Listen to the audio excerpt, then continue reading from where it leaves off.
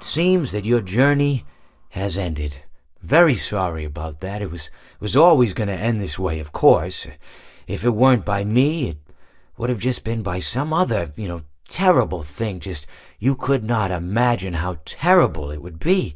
Just, I get scared thinking about it. I'm glad it's not me. It reminds me of a time I was speaking to my good friend Orville. We were sitting on a park bench watching the pigeons.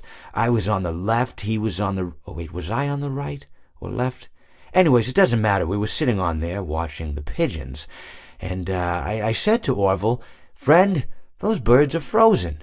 And he kind of looked at me like I'd lost my mind. But I reminded him that it was winter, and often birds will sit in a tree until they freeze. And then they sort of fall to the ground until the sun warms up and they can, move around again. So I said to Orville, "You might as well save those breadcrumbs until the birds thaw, because they can't very well enjoy them in the condition they're in." To which he asked what I meant, and asking what condition the crumbs should be in before he threw them to the birds, assuming that I meant the birds couldn't enjoy the breadcrumbs in the condition that the crumbs were in, when in fact I had meant the birds could not enjoy them in the condition that the birds were in, considering that the birds were frozen.